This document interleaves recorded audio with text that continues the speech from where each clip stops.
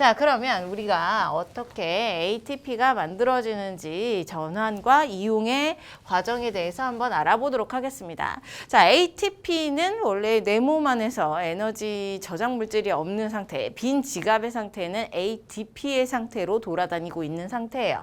아래쪽이 그런 모습이죠. 지금 아데노신이 있고 그 다음에 두 개의 포스페이트만 존재하니까. 자, 이런 상태로 존재하다가 막 돌아다니다가 우리가 이미 공부한 내용이 무엇이었냐면 세포호흡이죠. 세포호흡이 일어나게 됩니다. 모든 세포들 사이에 이제 세포 소기관인 미토콘드리아가 존재하는데 그 미토콘드리아가 영양소와 그 다음에 산소랑 같이 만나면서 분해가 되죠. 분해가 되면서 이 영양소가 이산화탄소라고 하는 이제 분해 물질로 만들어지고 그 결과 우리는 에너지를 얻게 된다. 그런데 이 에너지에는 어떤 종류가 있었냐면 ATP를 만들 수 있는 에너지와 그 다음에 나머지 일부 에너지는 열 에너지가 존재한다. 이렇게 볼 수가 있겠죠. 세포호흡의 결과 세포호흡의 결과 우리 열 에너지가 방출이 되고요. 나머지 일부 에너지, 약 40%의 에너지는 어디로 갈 거냐면 내 몸에서 돌아다니고 있던 이 ATP를 잡아요. 그리고 돌아다니고 있던 이 인산도 같이 잡아요. 그래서 이 두 개를 같이 결합하는데 여기에 일부 에너지가 사용이 된다는 거죠. 합성 과정에 사용이 됩니다. ATP 합성 과정에 과연 무엇이 사용되느냐? 이 세포호흡에서 만들어진 에너지가 사용된다는 거예요. 이렇게 ATP가 만들어진 다음에 이 ATP는 내 몸을 막 돌아다니게 돼요. 그리고 내 몸에서 필요로 하는 곳에 가서 이제 다시금 에너지를 전환해서 사용을 하는 거죠. 우리는 ATP가 화학적 에너지의 형태로 존재한다라고 알 수가 있어요. 그래서 화학 에너지의 형태로 막 돌아다니다가 내가 필요로 하는 에너지 장소 그리고 그 에너지의 상태로 전환이 되어서 우리 책에는 전환되었다라고 이렇게 설명이 되어 있어요. 자, 전환되어서 이제 여러 가지 생명 활동 등에 사용이 되는 거죠.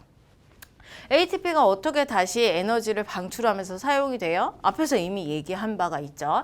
ATP 트리 인산들이 있었는데 이 인산과 인산 사이에 고에너지 결합이 끊어지고 ADP로 되면서 이 고에너지 7.3kcal가 뿜뿜하게 되는 거죠. 나오게 되면서 그 에너지를 내가 생명활동에 사용을 하게 되는 것이고 그 생명활동에 사용할 때 모든 에너지들이 다 화학 에너지는 아니니까 자, 에너지들을 적당한 상태로 전환을 시키는 거죠. 뭐 화학 에너지를 전기 에너지로 사용을 한다던가 아니면 화학 에너지를 뭐 일 에너지나 아니면 운동 에너지로 바꾼다던가 이렇게 전환을 하면서 여러 가지 생명 활동에 사용을 하게 되는 겁니다. 뭐 미리 한번 쭉 읽어보고 대표적인 얘네들에 대해서 자세히 설명은 이제 그 아래쪽에서 설명을 다시 한번 할게요. 자, 생명 활동의 대표적인 애들은 물질의 합성이요. 뭐 물질 대사 중에서 분해하는 것과 합성하는 작용이 있는데 합성하는 작용에는 에너지가 흡입되어야 되죠. 그래서 흡열 반응이라고도 얘기를 하면서 이 에너지가 사용이 된다. 근데 그 에너지는 ATP로부터 분해되어서 나온 에너지다라는 거 알 수가 있고요. 자, 정신활동 선생님이 생각을 하면서 강의를 한다라고 얘기를 했죠. 이렇게 생각하는 활동에도 마찬가지로 ATP가 사용이 돼야 되고요. 근육활동은 당연한 거죠. 내가 근육적으로 운동을 할 때에 힘이 들고 그다음에 에너지가 든다는 것을 모두도 아는 분명한 사실이니까. 자, 물질의 운반 방법에는 에너지가 사용되지 않는 방법이랑 그다음에 에너지가 사용되는 방법이 두 가지가 나눠져 있어요. 그래서 에너지가 사용되는 방법 중에서 이제 이 ATP가 사용되는 애들이 존재한다라는 것. 그다음에 항상성 유지, 내 몸을 항상 일정하게 유지하는 데에도 ATP가 사용이 된다. 자, 그러면 대표적인 이 생명 활동들이 어떻게 사용이 되는지 한번 얘기를 해볼게요.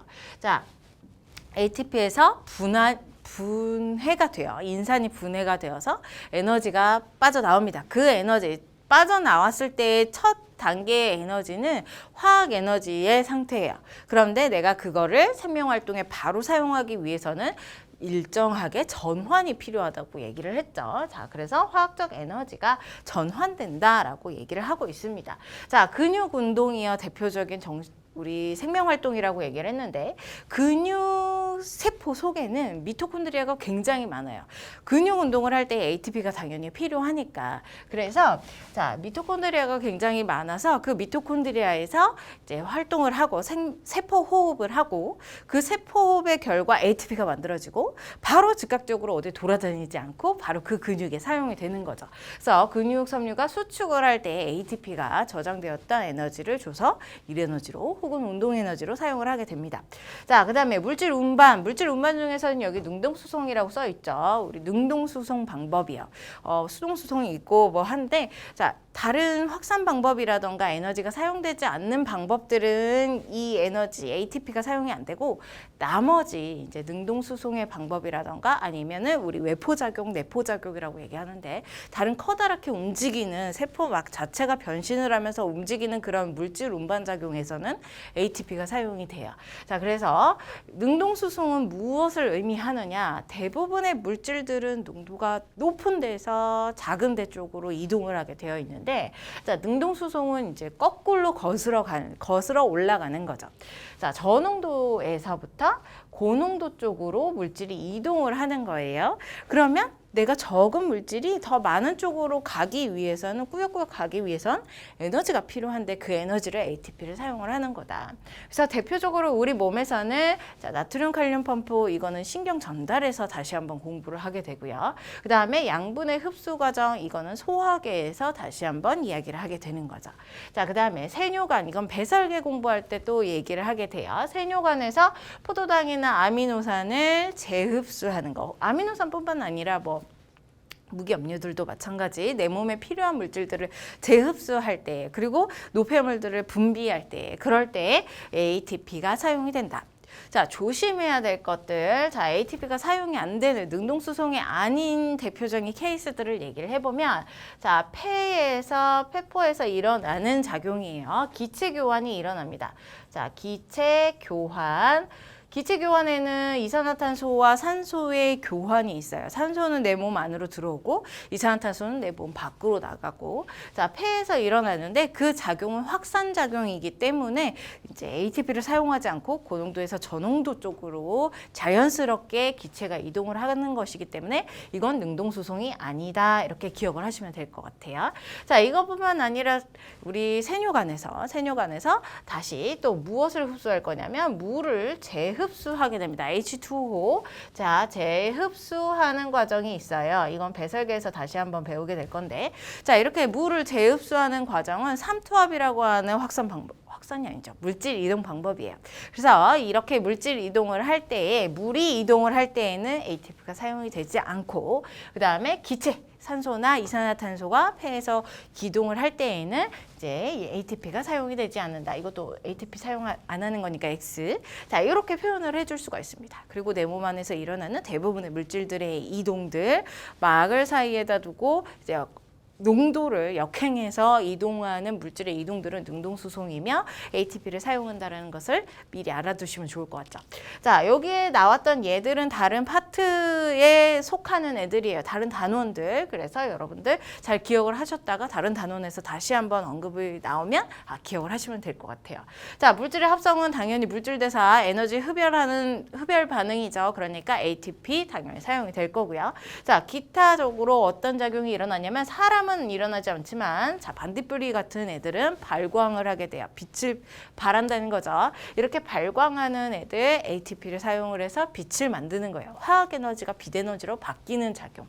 자, 그리고 이렇게 발성하는 거, 선생님이 열심히 얘기를 하는 것들, 이런 것들도 에너지를 사용을 하는 거고요. 체온 유지를 위해서, 항상성 유지를 위해서, 혹은 여러 가지 생명활동의 모든 작용들을 위해서, 자, ATP는 사용하게 됩니다. 됐죠? 자, ATP의 구조에 대해서 이야기를 해봤고요. 그 다음에 ATP가 어떻게 전환이 되는지, 세포호흡을 통해서 ATP가 합성이 되었다가 그 다음에 생명활동을 위해서 분해가 되면서 사용이 되는 그 과정들을 잘 기억을 하시고 문제를 접하시면 될 것 같아요.